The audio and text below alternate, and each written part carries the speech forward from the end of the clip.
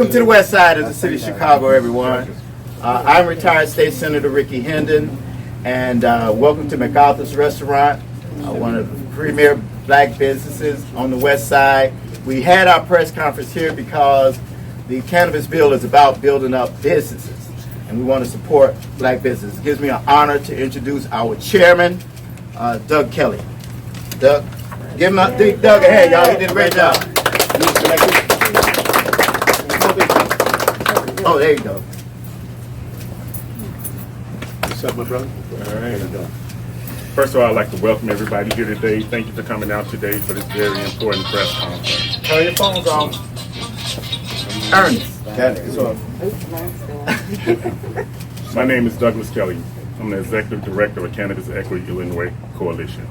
We're a grassroots formed in 2019, dedicated to ensuring cannabis equity and justice.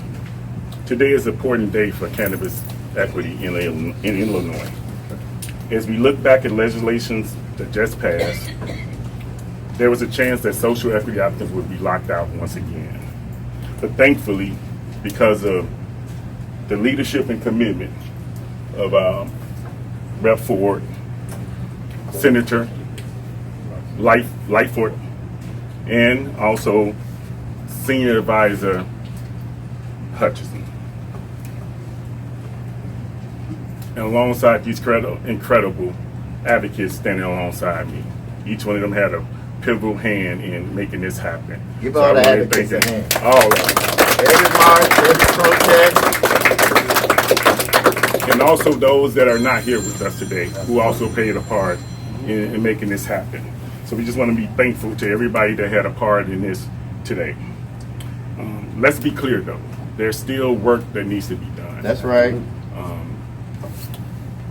Rep. Ford, Senator Lightfoot did an outstanding job of communicating with us, bringing us into this process to make sure that we had a voice in this whole process. We worked with them hand in hand all the way through this process, and we just want to make sure we thank them for all their hard work and dedication to making this happen. Absolutely. So with that being said, I want to pass the mic to LaShawn Ford, Senate Rep. Ford. Our sponsor, who made this happen. We made it happen. Well, I would tell you that as long as I've been in Springfield, there's never been an issue that brought people together, black people together, to demand better for black people. This is the issue, and it's a model for what we could do as a people to change the lives of black people and to change the trajectory of black lives. It's unbelievable. We have MacArthur here. He's a perfect example why we got to have black businesses, because not only is MacArthur a black businessman, but he's a philanthropist. He writes checks. And these people here, they want to open up businesses, not just so that they could have a dispensary to sell marijuana, but they want to grow their communities. They want to help their communities grow. They want to make sure that they're able to write checks in order to make the communities better. They want to hire people. They want to hire people from the Austin community, from Inglewood, from Peoria, from all over the state, so that people could improve the quality of lives. So they have set an example of how to make law in Illinois that is beneficial to black people, white people, Hispanics, you name it. We have passed a bill that's sitting on Governor J.B. Pritzker's desk, or soon will be on his desk, that we are encouraging him to sign, and once he signs this bill, to be diligent in making sure that these people here have the scores that they earn. That's right. They're still waiting on their perfect scores or their almost perfect scores. They're still waiting on KPMG to do the right thing and get them the scores that they earn, so that they could be in the lottery to have a chance to be in this emerging market. That's right. After KPMG sends their scores back and they find out that they're qualified, Governor J.B. Pritzker has a responsibility to have a lottery that is fair. Yes. Right. Fair That is lottery. fair And open. and open so that the people here, these business people, realize that they're not guaranteed to be a dispensary owner. But what they want is a guarantee to be treated fairly. That's right. And an opportunity to have a fair shot at this industry. And that's what they are asking for. That's what they paid for. So often you hear about if you do right and play by the rules, you'll be okay. They did right, they played by the rules, That's and right. they paid to play by the rules, That's and they right. got shut out. Right. That ain't right. That ain't right. And so what did they do? They stopped the process in its tracks. And believe it or not, they made it a better process for everyone. For everyone. They made the process what it should have been in the first place. They are making this process fulfill the intent of the initial law to make sure black people and brown people have a right and a place in this emerging economy. How is that going to happen? So the 75 licenses that were supposed to go out was stopped because there was this thing called the perfect score. And it was a trick in the process that even the governor and everybody, and even the court said, that's not what the intent of the lottery was for. The intent of the lottery was for black people. Believe it or not, I can tell you, it was for black people to have an opportunity to be in this emerging economy. We went to jail the most. That's And right. so the court said, we got to stop it. There was an injunction, and the governor said, we're not going to have the lottery because many people here did not get their scores back the way they earned it. That's right. And so the process stopped. And KPMG got called to the carpet by Ricky Henry and all these people. I know you call them KPMG. So, you know, that's what Ricky called them. And so now they're responsible for rescoring That's right.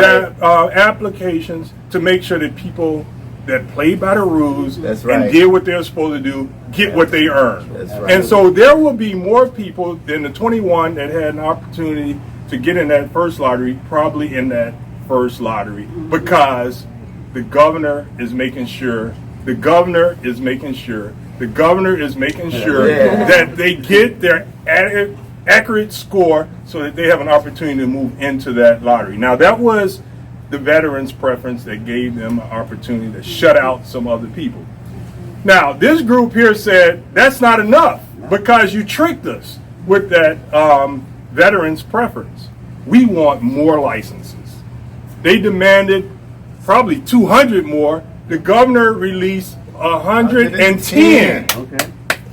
Which means he released 110, and he said that we're going to split this up. Some people wanted 35 and 75, but this group said no, let's make it fair, 55-55, and now people will have an opportunity to move to that second round without a perfect score scenario, with a cut score that this group said we need to make sure that we have at least 85%. Believe it or not, this was a long process. People wanted 90, people wanted this, but this group compromised. And this group realizes that we still don't have the perfect thing. But what we do have is an opportunity to get in this industry. So now the second round would be 85% cut score. People that don't make it in the first round, they will have a chance to move into the second round. And then there's the third round, which is called Ricky Henry. I think he branded this. I don't like to say it, but he said, let's get rid of the slave master clause, which is the promise to hire. Yes. So Ricky will call it the slave master clause.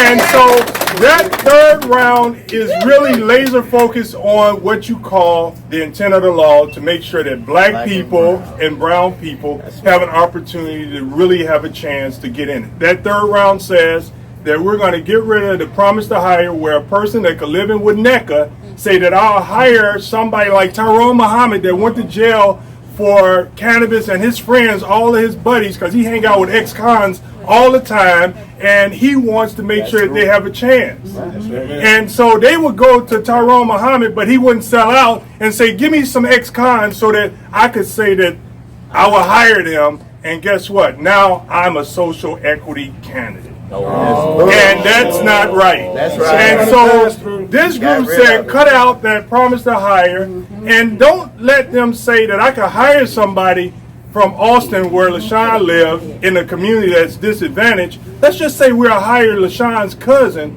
because he's from Austin and it's one of those areas, and I'll qualify as a social equity applicant. That ain't happening no more under Lottery 3. So we're being more laser focused. You got to live in that area for the last 5 years of the last 10. So for the last 5 years of 10, however you say it, you have to have lived in that area.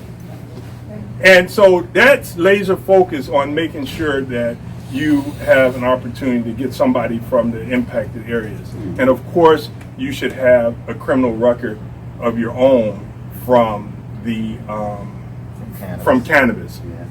Then this group said, enough is enough. You guys really screwed up, LaShawn. You allowed for the medical cannabis to get out ahead of us, and they got started.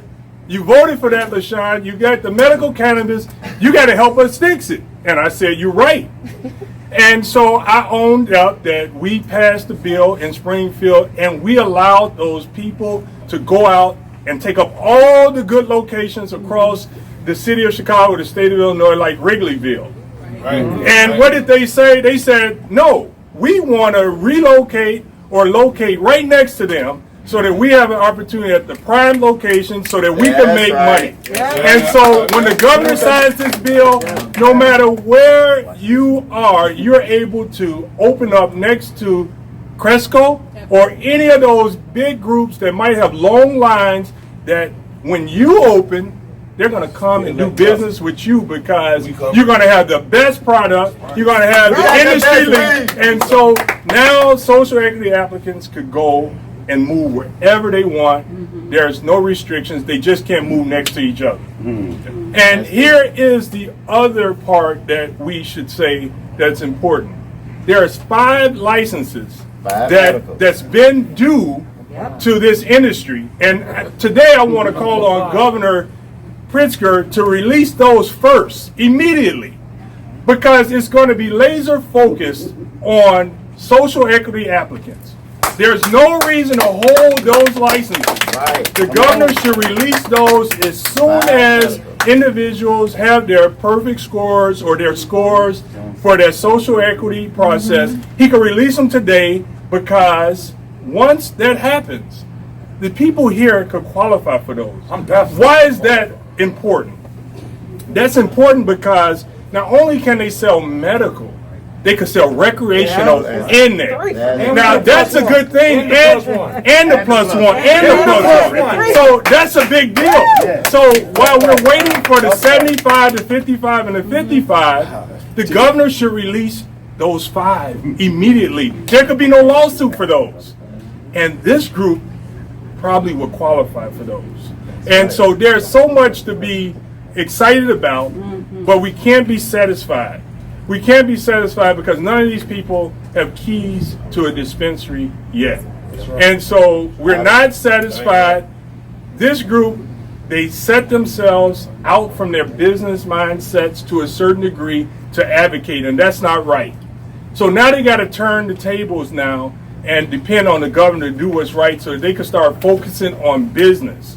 Start focusing on business and raising their money so that they're ready to open up. And so today I want to thank the press for following this. I know that the Sun Times and Grown In, Rock Club, you all have done a great job at holding the trip, and holding the cranes, and holding the governor accountable, and supporting supporting equity and inclusion, because there will never be true social equity in this industry, because it just can't happen. Because the state and this country has allowed the horses to get out the gate, and it's too late. But what it's not too late for is for groups like this to have inclusion and to make money and to have competition, because I do believe that they will be the best owners in the industry out. So thank you all, and I want everybody to know that this is a model for not just cannabis legislation, but this is a model for black people to get together and march for transportation, against IDOT, against the unions, you name it. Let's do it. So thank you all for being good citizens. All right. Let's give our big hand, everybody. We got to move a little faster, everybody that's got to speak. Yeah. We want to thank Rep. Ford for that beautiful speech, and now we're going to call up Billy Bishop. From Springfield. Veteran. Veteran, come on, Billy. He's an applicant. Senator Lightford called. She just got home from Springfield, so she was like, Rick, I ain't gonna marry her. And Alderman Emma Mitz, that's also is a little under the weather. And the Cannabis czar, Toy Hutchinson, also just got back first thing this morning, so she won't make it. Springfield was rough. Springfield was rough. Billy Bishop, an applicant from Springfield and a veteran. Hey, how's everybody doing? All right, it's glad to see everyone here this morning.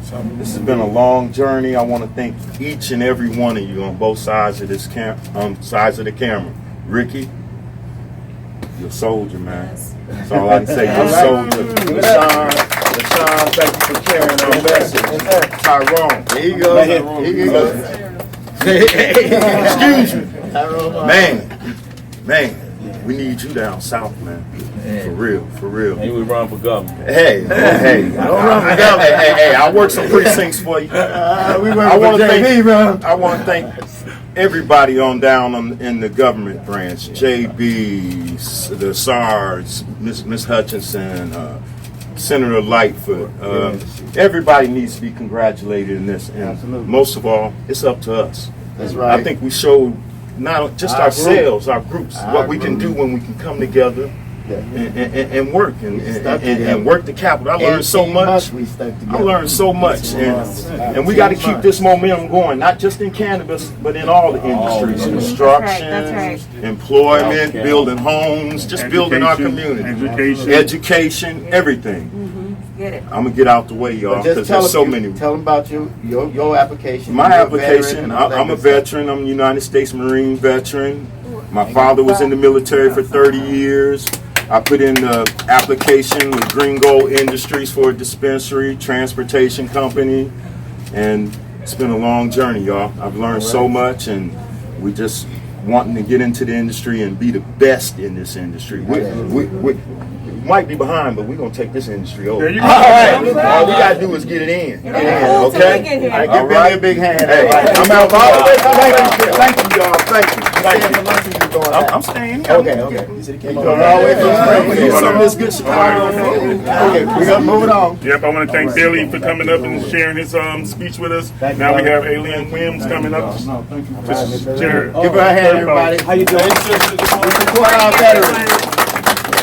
My name is Aileen Williams. I am representing House Our Heroes, and I am one of the board members for House Our Heroes.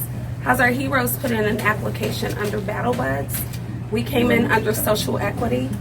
Every last one of our people were veterans. Every last one of them went through the process. They did what we asked them to do. We had over 80 individuals to apply on our application as social equity individuals. They represented everyone from Vietnam veterans to the current war. My concern was the initial application, we did what the Illinois Department of Finance and Professional Regulations told us to do. We were told that someone was actually going to read the application and not go into a lottery system. That didn't happen. Someone decided, oh no, it would be easier to do a lottery system. Our initial application was over 3,000 pages. I want to thank our czar, our cannabis czar, Toy Hutchinson, Mr. Rivers, the governor. But I want to say up front, it wasn't fair. For those individuals that did what they were supposed to do, the way they were supposed to do it, the time that it took to put that information in, to do the information, the time that it took to process all of that information, the time that it took to process our 80 people. I can't even speak for you guys. It was daunting. We pulled people off of their jobs to do this, and they lost income. There are people in this crowd that are still losing money because we have to continue to put that money out there to maintain the locations, right? To maintain the staff members. We had individuals on our application that literally went back to school to ensure that they had everything from a credential perspective to make sure that our businesses were a success, I being one of them. So I just want to say that I appreciate the opportunity to do this a second time as an Air Force veteran, as the former Illinois vice chairman of the board for the Illinois Veterans Council. I made sure that I represented my people well, and we did what we were supposed to do. Everyone that is standing here is representing their organization, and I just want an opportunity for us to stand next to everybody else, big corporate, so that we can do everything we said we were going to do and better. All right. We're running a little late. All right. I'm gonna go ahead and bring up Edie Moore, Chicago. All right, Edie. Edie, drive a hard bargain. I do. Good morning, everybody. I'm so happy to be here. My name is Edie Moore. I'm the executive director of Chicago Normal, and it's so great to be here today. I actually grew up on the West Side. I don't know if you know. West Side. Yeah. So great to be back here on the West Side today to celebrate a passing of another cannabis legislation, racial equity bill in Illinois.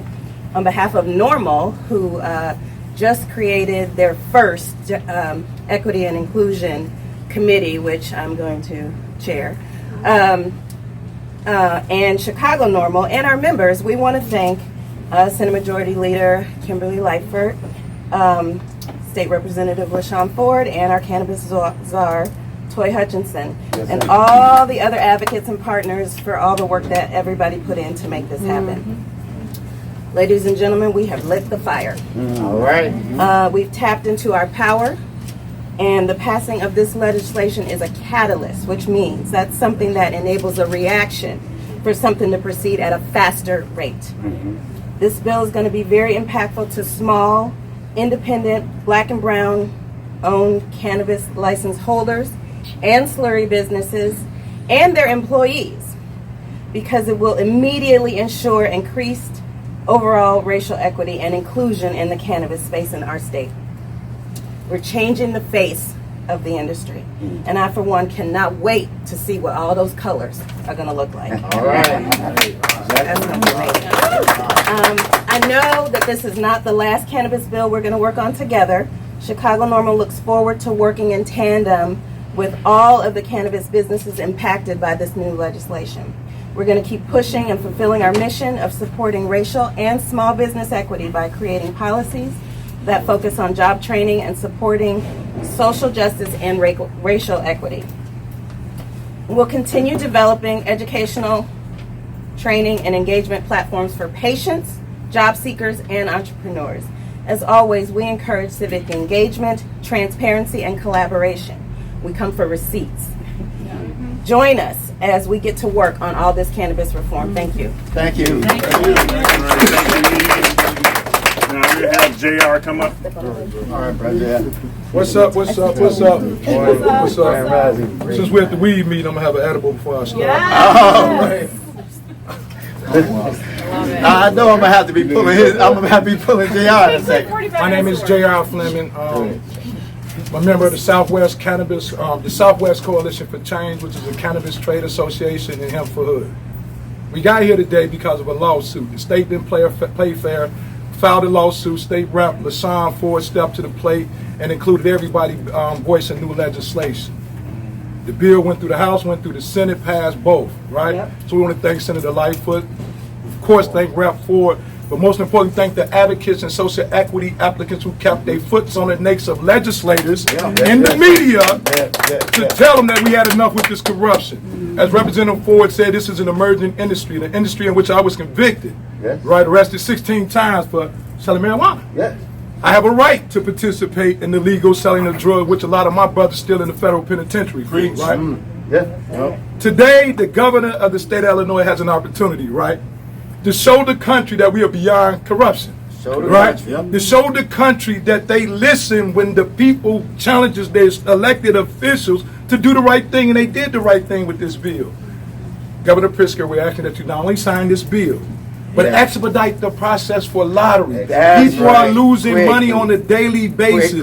There's no PPP for cannabis. No. There's no economic assistance for cannabis like it should be. We need it now. I want to make this short, real quick. We thank the state. We want to thank the county and the city. But we're challenging everybody, not only to let social equity applicants in the industry, but give us the necessary resources that you give these big developers, right? Yeah.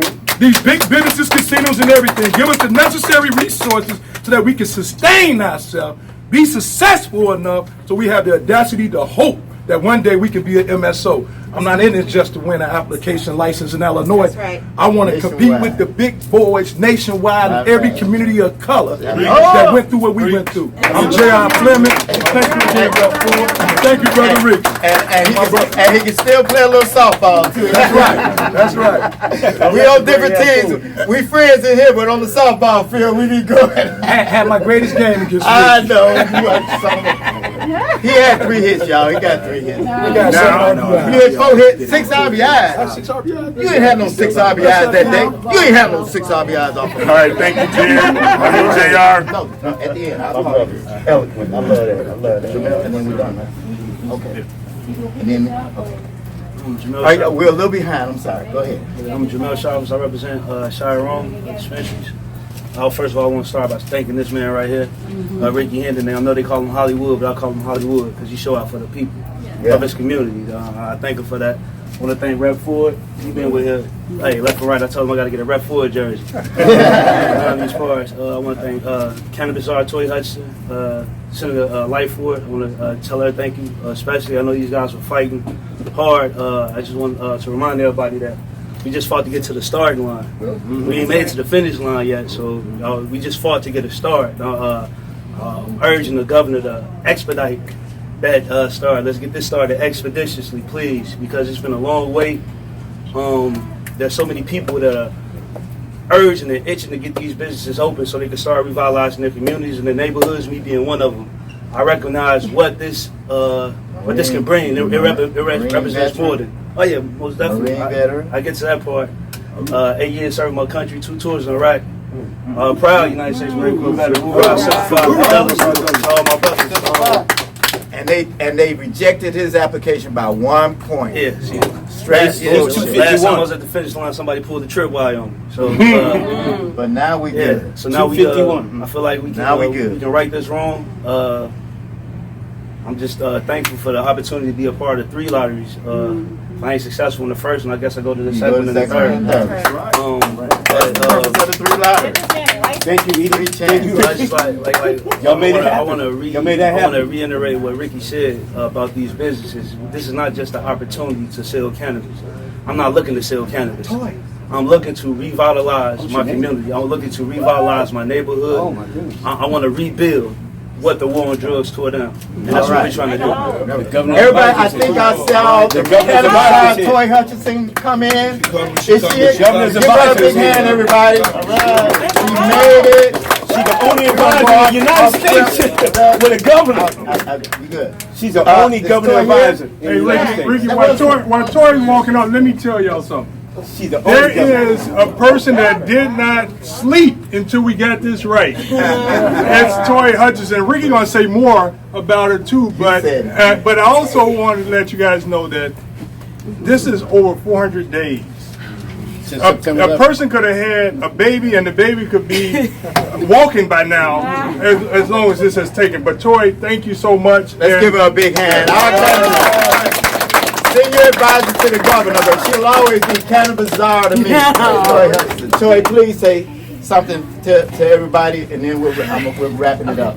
I'm sorry I'm late. I'm just proud. That's okay. I'm just proud. I really am just proud. Because this is a fight. This is a very, very long fight. What we're trying to do here is dismantle 90 years of drug policy that created a situation where we were locked out and locked up for decades. And undoing that will take a lot. And it'll not end now. This is a continuing fight. And so there's going to be a really busy summer. And what I'm proud of, y'all know I'm a crybaby. It's hard because at the end of the day, it's not about me. It's not about the governor. It's not about all the people that are in this room. It's about the people who continue to fight. It's about the people who want to stand up and claim their space. It's about people who are not afraid to be loud when it doesn't work right. It's about people who are not afraid to hold everybody who's in a position to do anything accountable. This is the one time I can think of where almost every level of government, the courts, the legislature, and the executive branch are all responding to the voices of people who demand a place at the table. That is unheard of for almost any other thing in the history of us. So I just want to, I'm the governor's in Peoria right now, and I'm supposed to say thank you to the members of the community, to LaShawn Ford, who, when nobody wanted to talk, and when people didn't want to talk to each other. And when everybody had something to say, but they were screaming at each other and not talking to each other while we had to get through something that was really, really hard. That you never gave up. You always told the truth. You always made people come back to the table even when they didn't want to. And that, democracy is messy. So it's still probably going to be messy. But the governor is thrilled that we're at this day. I am thrilled that we're at this day, even though I know that the promised land we're all trying to get to is still a ways off. And it's going to require work. It's going to require not taking our eyes off the prize. It's going to require all of us working together, even when it's hard, because that's when it's most important. It's easy to stand in a room when everybody's applauding. It is really hard to be there standing when folks throwing rocks. That's right. So my heart and my soul and my gut are with you here in this community, and I'm proud that the governor placed this role to me. Like, he put me in a position because he said that's how serious he takes it. So he sends his regards, he sends his thanks, he sends his all those things to get to this point, and to know there's going to be a really busy summer. We gotta staff the equity commission so that we have places for these ideas to go. That's right. We gotta work towards consolidating all the agencies, and we gotta work towards a day when the licenses that go out are inclusive of people who look like us. All right.